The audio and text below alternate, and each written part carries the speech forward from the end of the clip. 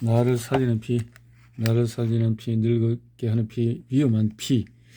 다카시 히로노리의 책입니다. 나를 살리는 피, 샘솟게 하는 방법은 앞에서 여러 가지 유형의 혈액 상태와 질병을 살펴봤다. 그래서 혈액을 위해서는 물, 효소, 천연, 소금, 음이온 이것이 좋다라는 거죠. 혈액을 맑게 하는 약이란 있을 수 없다. 맑게 하는 약은 없다. 그러면 혈액을 맑고 깨끗하게 만드는 것은 경색을 예방하는데 매우 중요한 조건이다. 그런데 한 가지 오해하지 말고 꼭 기억해야 할 것이 있다. 경색을 예방하기 위해 의료기관에서 처방을 받는 약으로는 혈액이 맑아지지 않는다는 사실이다. 그러한 약으로는 아세피린으로 대표되는 항혈소판제나 와파린 같은 혈전 용해제가 있다. 이 약제들을 혈액을 맑게 하는 약으로 오해하는 분이 있는데 혈액이 쉽게 굳지 않는 것과 혈액이 잘 흐르는 것은 근본적으로 다르다. 환자에게 쉽게 설명할 요령으로 약제의 효능을 혈액을 맑게 하는 약이라고 얘기하는 것은 혼란을 부추길 따름이다. 혈액이 굳는 것을 예방하는 약이라거나 혈전이 쉽게 녹도록 하는 약이라고 정확하게 설명해야 한다.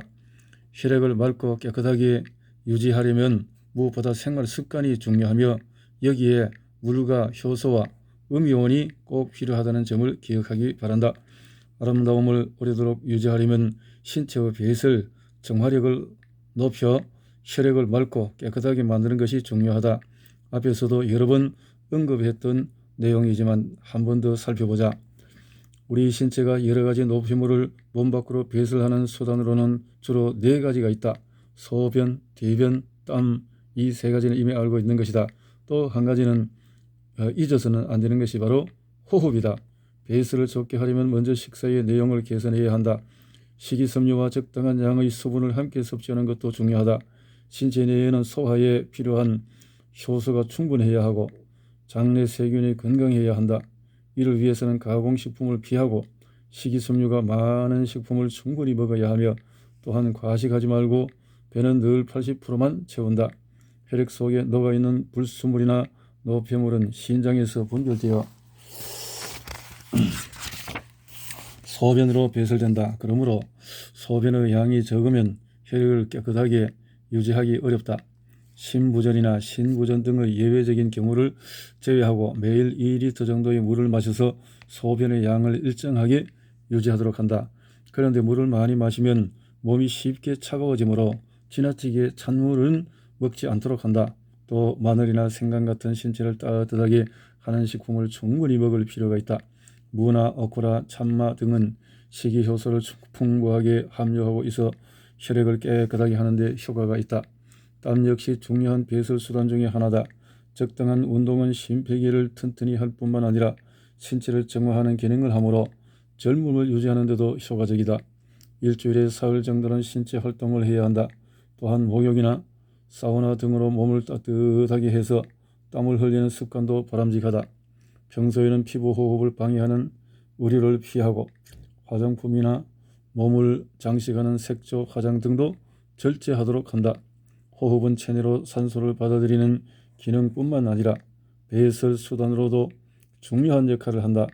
매일 심호흡을 하고 늘 자세를 바르게 가지며 말할 때는 뚜렷하고 분명하게 소리를 내는 것이 좋다. 심호흡은 되도록 천천히 숨을 들이쉬고 천천히 뱉어내야 효과적이다. 한 번의 호흡에 1분 이상 걸릴 만큼 호흡법이 익숙해지면 머리도 맑아지고 배에도 탄력이 생긴다. 아침, 점심, 저녁으로 10회씩 실천하자. 건강한 혈액의 필수 조건은 물, 효소, 천연, 소금, 음이온. 맑은 혈액을 위한 하루 2리터의 물. 평소에 마시는 물의 양이 부족하면 우리 몸에서는 여러 가지 바람직하지 못한 현상들이 나타난다. 먼저 적혈구가 응집하여 미소 혈액 순환이 제대로 일어나지 않게 된다. 또한 혈액 속의 불순물을 용해하는 힘이 약해져 오줌과 땀의 양이 줄어들고 노폐물이 충분히 배설되지 못한다.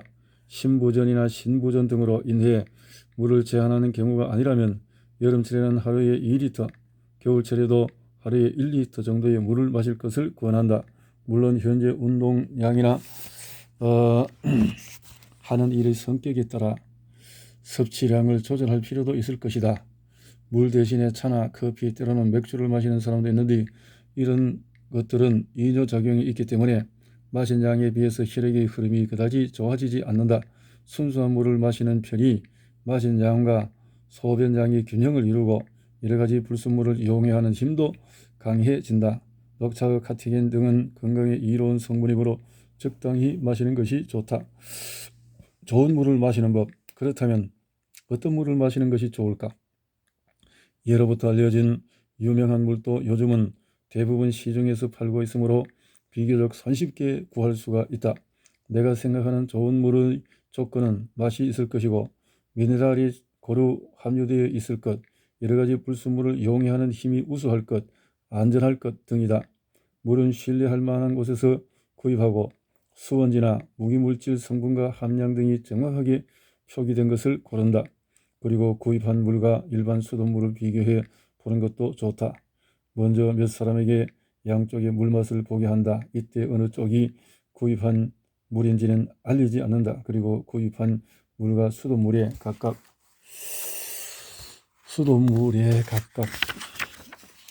같은 양의 찻잎을 넣어본다. 만약 대부분의 사람이 수돗물에 비해 구입한 물이 더 맛있다고 하고 찻잎의 색소도 더 빨리 녹는다면 그 물이 우리 혈액 속의 불순물을 많이 용해야 할 수 있는 좋은 물이다. 그런데 이 물이란 것이 놓인 환경에 따라 달라지기도 하는 모양이다. 아름다운 음악을 들려주면 고운 결정이 생겨서 맛이 있어지고 소음에 노출되면 좋지 않다고 한다. 아무리 유명한 물이라도 얇은 페트병에 담아 바람직하지 않은 환경에 장기간 놔두면 명수도 범수가 되고 만다. 그러니 물이 기분 좋게 느낄 만한 장소에 두도록 한다.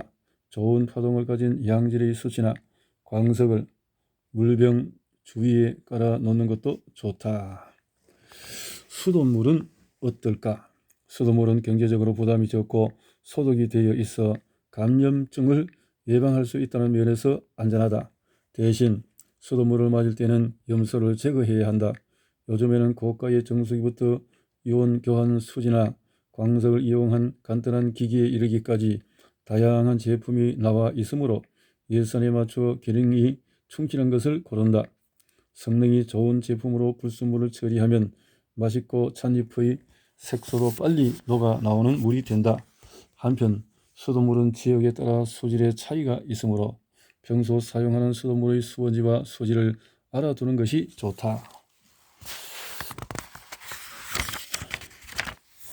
신체 저항력을 높이는 식이효소. 음식물이 소화되어 신체에 필요한 영양소를 흡수되려면 효소가 필요하다. 효소에는 체내효소와 식이효소 두 가지가 있다. 체내효소는 인간의 내장에서 분비되는 효소다. 대표적인 것은 당질을 분해하는 아밀라제, 침샘이나 췌장에서 분비된다. 단백질을 분해하는 펩신, 지방을 분해하는 리파제 등이 있다. 고기를 많이 먹으면 소화불량이 일어나기 쉽고 만성 체형을 앓고 있는 환자가 기름진 음식을 먹으면 통증이 오는 것은 소화하는 데 충분한 효소를 분비할 수 없기 때문이다. 체내 효소의 힘에는 개인차가 있기 때문에 많은 양을 먹어도 아무렇지 않은 사람이 있는가 하면 조금만 과식해도 곧바로 상태가 나빠지는 사람도 있다. 그렇지만 아무리 튼튼해 보이는 사람도 오랜 세월 과식을 계속하다 보면 내장이 손상되어 질병에 걸리게 되므로 과식은 금물이다. 왜냐하면 현대인이 가진 체내 효소의 양은 원시시대 인류의 수준과 크게 다르지 않기 때문이다. 현대인은 먹는 양이 많아진 데다가 수명도 길어지고 있어서 내장을 튼튼하게 유지하면서 평생을 지내기가 어렵다. 식이효소란 식품 자체에 함유되어 있는 효소다. 예를 들어 바나나가 오래되면 검게 변색이 되면서 크기가 점차 줄어드는 것을 볼 수 있는데 이는 바나나에 함유된 효소에 의해 자기 소화를 일으키는 현상이다. 자기 분해. 바나나뿐만 아니라 자연계에 존재하는 식품은 모두 식이효소를 함유하고 있다.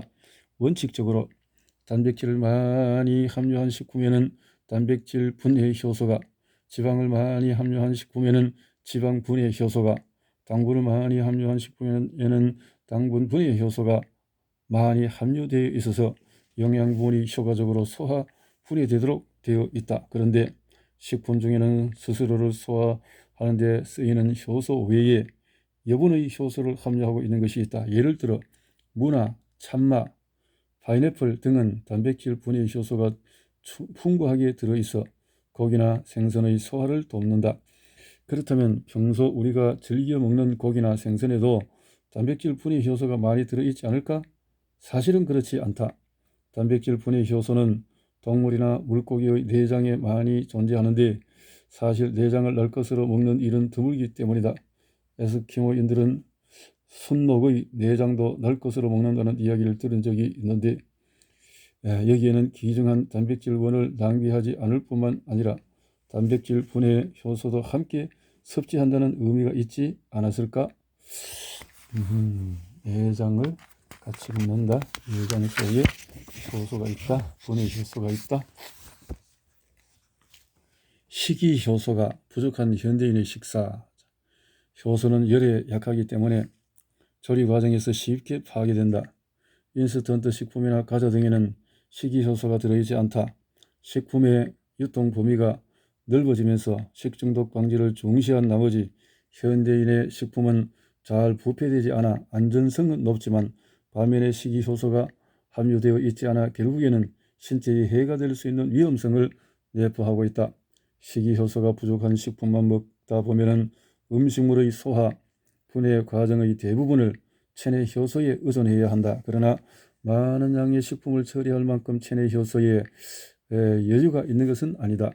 결국 소화되지 못하고 남은 음식물은 숙변으로 장에 쌓여 변비가 되고 혈액 속에 여분의 단백질이나 지방분이 불순물로 떠다니게 되어 흔히 말하는 걸쭉하고 탁한 혈액이 되고 만다. 게다가 간 기능 장애나 췌장염 등의 내장 질환을 일으켜 신체 저항력을 떨어뜨리기도 한다. 적극적으로 식이효소를 섭취한다. 식이효소를 충분히 섭취하면 음식물의 소화가 잘 되고 숙변이 쉽게 쌓이지 않아 체형도 좋아진다. 또한 혈액 속의 불필요한 단백질이나 지방분이 분해되어 혈액의 흐름이 원활해지므로 신진대사율이 높아지고 살도 잘 찌지 않게 되며 저항력이 강한 체질로 바뀐다. 게다가 냉증이나 두통, 어깨 결림도 잘 일어나지 않는다. 일상의 진료에서는 당뇨병의 혈당이 잘 조절되거나 고질적인 아토피나 두드러기가 개선되는 사례를 경험했다. 효소 보조제의 경우는 제품마다 원료나 제조 방법의 차이가 있으므로 섭취하기 전에 반드시 확인해야 한다. 나는 단백질이나 지방분의 분해력이 뛰어난 제품을 권한다. 튼튼한 혈액, 강인한 정신을 위한 천연 소금은 일본 전국의 시대의 일이다. 다케다 신겐이 지배하고 있던 영토가 소금이 부족하여 곤란을 겪자 우에스 겐신이 소금을 보내 신겐을 궁지에서 모면하게 해주었다는 일화가 있다. 역사에 흥미가 없는 사람이라도 적에게 소금을 보낸다는 말은 들어본 적이 있을 것이다. 소금은 생명을 유지하는 데 없어서는 안 될 소중한 것이다. 소금이 없었다면 신겐과 같은 강한 군대라도 맥을 못 출 수밖에 없다.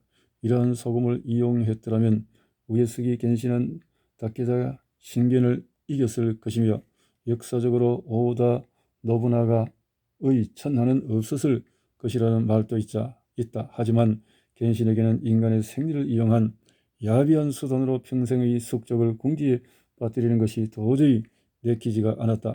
이런 점 때문에 나는 전국시대 최고의 무장으로 우에스기 겐신을 꼽는 데 주저하지 않는다. 이렇게 귀한 대접을 받던 소금이 현대에 와서는 고혈압을 비롯한 각종 질병을 일으키는 주범으로 취급받고 있다. 그 이유는 무엇일까? 요즘에 유통되고 있는 소금은 고유의 천연 소금이 아니라 화학 반응으로 만든 염화 나트륨 NaCl이다. 시대적으로 배경으로 보아 계속해서 천연 소금을 만드는 것은 곤란했을 것이고 그러니 당시로서는 달리 방법이 없었을 것이다. 그런데 도대체 누가 정한 것인지 천연소금에 함유되어 있는 칼슘이나 마그네슘 등의 미네랄과 비타민 등의 미량 성분을 불순물로 취급하여 불순물이 함유된 것은 소금으로 판매해서는 안 된다는 제약이 생겨났고 그것이 오래도록 지켜졌다. 참 불행한 시대다. 나 역시 의대생 시절에 생리학 실험에서 식염수를 마시고 혈압이 높아져서 속이 좋지 않았던 경험이 있다. 또 공중위생 강의에서는 건강을 위해 하루에 염분 섭취량을 7g 이하로 줄이는 것이 중요하다고 배웠고 또 그것이 옳다고 믿어왔다. 그러나 건강을 유지하는 데 있어 천연소금은 꼭 필요한 것이다. 소금이 부족하면 적혈구도 맥없이 변형이 되고 신체도 정신도 쇠약해진다. 하루에 필요한 소금의 양도 그날의 기후나 운동력에 따라서 크게 달라진다. 게다가 수치를 지켜가며 소금을 섭취하는 것은 실제로는 매우 어렵다. 중요한 것은 본래의 소금, 즉 천연소금을 섭취하는 것이다. 땀을 흠뻑 흘렸을 때는 물과 함께 소금도 섭취해야 한다. 지금 당신에게 필요한 소금의 양은 당신의 혀가 가르쳐준다. 소금의 혀에서 맛이 맛있다 라면 그동안 너무 단 것을 너무 섭취해서 중화시킬 수 있는 그런 농도다라고 볼 수도 있겠네요. 전혀 짜다란 느낌이 없을 때는 소금이 필요한 때다. 짜게 느껴졌다면 과잉 섭취한 것이다. 미각이란 사치스러운 식도락을 위해서가 아니라 이럴 때를 위해 있는 것이다. 즉 결국 연전 현상을 없애는 효율적인 방법은 음이온 환경이다. 즉 결국 주위에는 음이온의 하전층이 있기 때문에 음이온 공간에서는 흔히 말하는 맑고 깨끗한 혈액이 되고 반대로 양이온 공간에서는 즉 결국의 연전 현상이 일어난다. 인간의 신체가 왜 그런 구조를 갖게 되었는지는 인류의 역사와 깊은 관련이 있다. 인류의 선조라고 하는 원인이 지구상의 모습을 나타낸 것은 약 600만 년 전이다. 400만 년 전부터 두 발로 걸을 수 있게 되었고 석기 등의 도구를 사용하게 된 것은 약 200만 년 전부터다. 인간이 불을 쓸 수 있게 된 것도 100만 년도 더 전의 일이다. 그리고 약 10만 년 전에 현대인의 직접적인 선조라고 하는 호모사피엔스가 출현한다. 그동안 세월 동안 우리의 선조는 먹을 것을 쉽게 구할 수 있는 삼림의 물가 지대에서 생활해왔다. 삼림과 물가가 대표적인 음이온 환경이라는 것은 많은 사람이 아는 사실이다. 당연히 인체의 생리도 음이온 환경에 적합하도록 진화 적응되어 왔을 것이다. 그렇다면 적혈구가 음이온 환경에서 잘 움직이도록 대전되어 있다는 점도 충분히 납득이 갈 것이다. 그런데 도대체 언제부터 우리의 생활 환경에 양이온이 늘어나게 되었을까? 인류가 여러 곳의 토지에 이주하여 농경이나 목축을 시작한 것은 약 1만 년 전이다. 쌀을 중심으로 한 본격적인 정책 생활의 역사는 수천 년에 불과하다고 한다. 그러나 그때는 인공적으로 양이온이 증가하는 일은 없었을 것이다. 기계 문명이 발달한 근대에도 특수한 사정을 제외하고는 양이온 환경에서 날마다 생활하는 일은 아마 없었을 것이다. 양이온이 사람들의 건강에 영향을 주게 된 것은 생활 공간이 작게 구분되고 주변의 가전제품이 늘어나게 된 불과 수십 년 전부터다. 그러니까 한 사람의 일생만큼의 시간도 지나지 않았다는 이야기이다.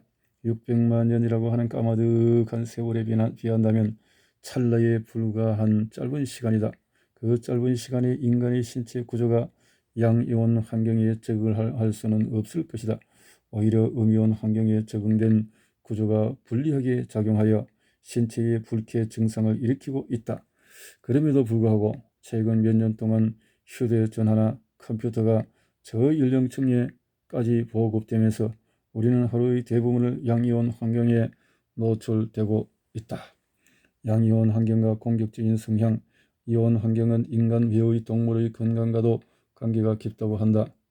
타마가와 대학의 테라사와 교수는 이러한 사실을 실험으로 그래서 음이온 상태의 환경은 딱 이렇게 모양을 가질 수 있지만은 양이온의 환경에서는 이렇게 된다는 거죠.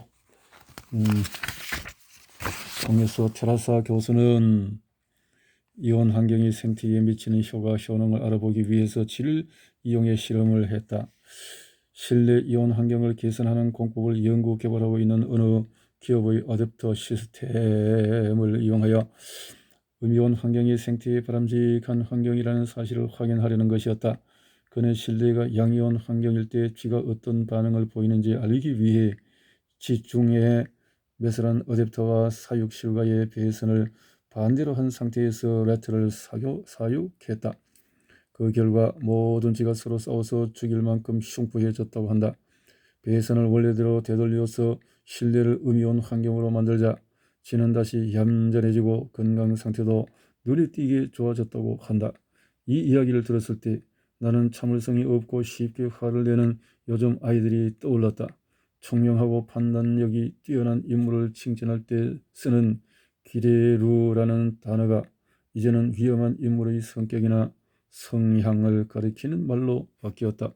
뜻이 쉽게 전달된다고 하여 TV 뉴스 기레루라는 것은 머리 회전이 빠르거나 수완이 좋다는 뜻 외에 끊어지다는 의미도 있으나 최근에는 불만이나 분노를 내면에 억제하지 못하고 갑자기 한꺼번에 폭발해 내리는 순간의 상태를 가리키는 의미로도 쓰인다.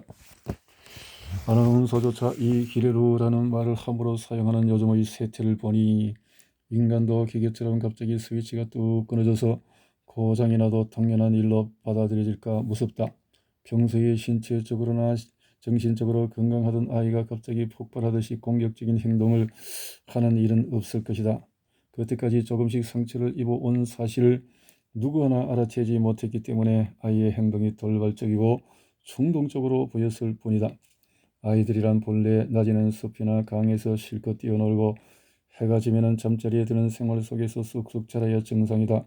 그런 아이들이 지금은 좁은 방 안에서 밤늦도록 TV를 보고 게임을 즐기며 컴퓨터 앞을 떠나지 않는다. 그러한 기기로부터 받은 양이온과 그들의 공격적인 성격과는 분명 깊은 연관이 있다고 생각이 된다. 여기에서 식생활에서 오는 영양 불균형과 운동 부족까지 겹치면 오히려 아무렇지 않은 것이 이상할지도 모른다. 청소년 범죄가 일어나면 가족이나 친구 등의 인간관계에만 주목하고 거기에서 사건의 동기를 찾으려 하지만 그들의 생리적인 면의 부조화도 사건의 동기가 될 가능성은 충분하다. 그렇게 될 수밖에 없었던 생활 환경에 대해서도 진지하게 분석해 가야 할 것이다. 음이온 환경에서 생활한다. 음이온 환경에서 생활하면 몸 상태가 좋아지므로 결과적으로 노화나 질병을 예방하는 효과도 기대할 수 있다. 우선 날씨가 좋은 날에는 되도록 밖으로 나가서 산림욕을 하는 기회를 늘리는 것이 좋다. 새들의 지짐과 적당한 운동이 어우러져 뛰어난 효과를 발휘한다. 실내에서는 필요 이상으로 전자파에 노출되지 않도록 주의를 한다. TV를 켜둔 채 잠이 들거나 머리맡에 휴대전화를 놓아두는 일이 없어야 한다. 자칫 수면 중에 적혈구가 연전을 형성하면 아침에 일어났을 때 두통이나 어지럼증 또는 어깨 결림이 생길 수도 있다. 최근에 인공적으로 음이온 환경을 만들 수 있는 방법이 몇 가지 고안되었다. 쉽게 볼 수 있는 것은 가정용 음이온 발생 장치다. 특별한 공사도 필요 없고 가격도 적당하지 않기 때문에 작은 방 정도라면 좋은 대안이 될 수 있다. 그러나 사용 공간이 넓으면 음이온 발생 장치에서 가까운 곳과 먼 곳의 음이온 분포가 전체적으로 균일하지 않을 수 있다. 또한 사용 공간이 원래 양이온이 많은 곳이라면 음이온이 쉽게 중화되기 때문에 효과의 안전성이 기대되지 못 미칠 수 있다. 가장 자연스러운 것은 공간에 존재하는 과잉 양이온을 흡착하여 제거하는 방법이다. 이렇게 과잉 하는 것을 제거하는 방법이다. 음이온 환경이 주는 활력은 음이온 환경이 주는 활력에 대해서는 쭉 더 볼까요? 내 클리닉에서 하루 24시간 내내 안정된 음이온 수준을 유지하는 공간이 마련되어 있다. 그곳은 테레자와 교수가 지의 생태실에서 사용했던 똑같은 원리로 안정된 음이온 환경을 유지하도록 개조한 실험이다. 적혈구에 의해 연전현상으로 인한 두통이나 어깨의 결림을 호소하는 환자가 1시간 정도 이 공간에서 쉬고 나면 대부분 적혈구의 연전 상태가 개선되고 증세도 가벼워진다. 이론적으로는 당연한 결과이지만 예상 밖의 효과에 놀랄 뿐만 아니라 음이온 환경이 건강에 얼마나 큰 영향을 미치는지를 다시 한번 확인하게 된다. 그런데 최근에 이온 제어 효과가 얼마나 대단한지 다시 한번 깨닫게 된 일이 있었다. 나는 동료 의사와 함께 두 곳의 클리닉을 운영하고 있었는데 사정이 생겨서 작년 말쯤에 한 곳의 문을 닫게 되었다. 그 바람에 병원을 개원했을 때 받았던 관엽식물들이 많이 남게 되었다. 대부분 시들어가고 있어서 다른 사람에게 나눠줄 만한 상태가 아니었다. 그렇다고 생명이 있는 것을 함부로 버릴 수도 없어서 결국 비교적 상태가 괜찮은 것은 대기실처럼 사람들 눈에 띄는 장소에 두고 나머지는 클리닉 안의 음이온 공간에 놓아 두기로 했다. 이온 제거 효과로 간엽식물이 다시 살아날 수 있으면 좋으련만 하고 얼핏 생각은 했지만 절반은 포기한 상태였다. 이제 막 시들기 시작한 것도 아니고 이미 거의 다 시들어버린 상태였기 때문이다.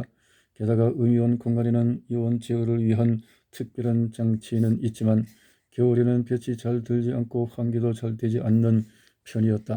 또 사람이 늘 있는 곳이 아니어서 춥기까지 하니 관엽식물에게 불리한 조건은 두루 갖춘 셈이다. 오히려 상태가 좋은 관엽식물이 양지 바르고 따뜻한 장소를 차지하고 있으니 조금 불공평하기는 했다. 그런 미안했던 마음이 사라지게 된 것은 그로부터 2달이 더 지난 3월 중순이었다. 원래 상태가 좋았던 관엽식물에 새싹이 나왔다. 그리고 같은 시기에 음이온 공간의 관엽식물에도 모두 새싹이 나왔다. 내 불공평한 처우를 비웃기라도 하듯이 성장도 엄청나게 빨랐다. 다른 장소에 있는 관엽식물과는 생명력이 달랐다. 줄기도 훨씬 굵고 잎도 크고 깨끗했다. 비료는커녕 가끔 물 주는 일조차 있곤 했었는데 말이다. 이와 같은 관엽식물의 변화나 지의 생태 실험 결과가 시사하는 것은 거주 공간의 이온 환경을 이상적인 상태로 유지하면 생명력이 높아질 수 있다는 것이다.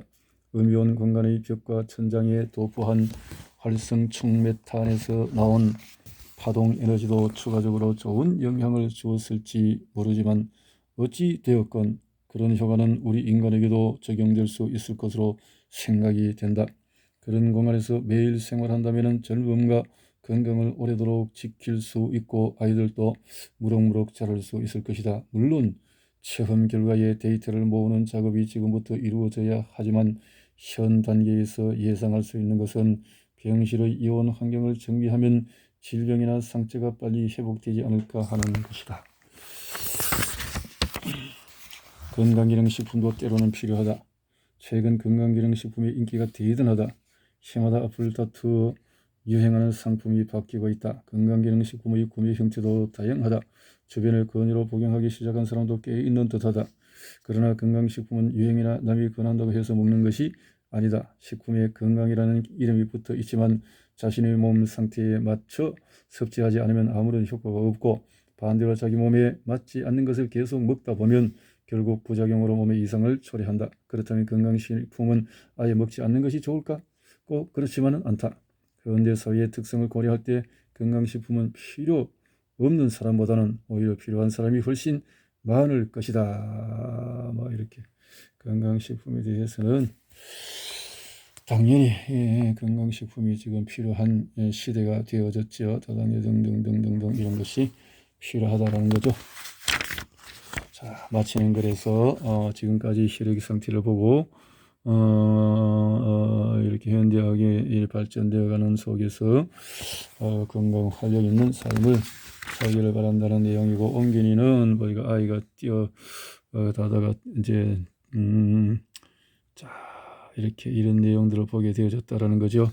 곳곳을 돌아다니면서 저자는 혈액이 내 생명의 강이자 활력을 비추어주는 거울이라고 했다. 이렇게 피에 대해서 마지막 애정을 갖고 혈액이 깨끗하게 되어지는 일을 할 수 있는 일의 천년소금 효소도 섭취하도록 해준다 하고 이윤혜림 옴기니가 이렇게 마지막으로 정리를 했군요. 서울대학교 건축학과를 졸업했던 윤혜림 그래서 이 책을 많이 번역을 했군요. 이렇게 해서 2009년도에 초판되었고 2015년도에 사판이 인쇄된 것이 되었군요. 이렇게 해서 책을 다양한 책들이 있는데 이 책을 보면서 생강햄, 팽이버섯이란 뭐 다양한 책들이 많이 있군요. 탁하고 혈액이 깨끗한 탱글탱글한 이런 거 하고 말건 이런 것이 돼 스트레스가 심한 사람은 이렇게 아토피는 찌그러지고 이렇게 정화력을 상실한 거, 유방암 환자는 또 비만 환자는 이렇다라는 거죠. 췌장암 환자는 아이고 찌그러졌네요. 통풍 환자예요. 아이고 요산 수치가 뇌경색 환자는 완전히 그냥 찌그러진 게 붙어버렸네요. 이렇게 피가 연전 현상이 되지 않고 탱글탱글 할 수 있도록 효소라든가 소금이라든가 햇빛이라든가 운동을 통해서 건강을 누리도록 해야 되겠습니다.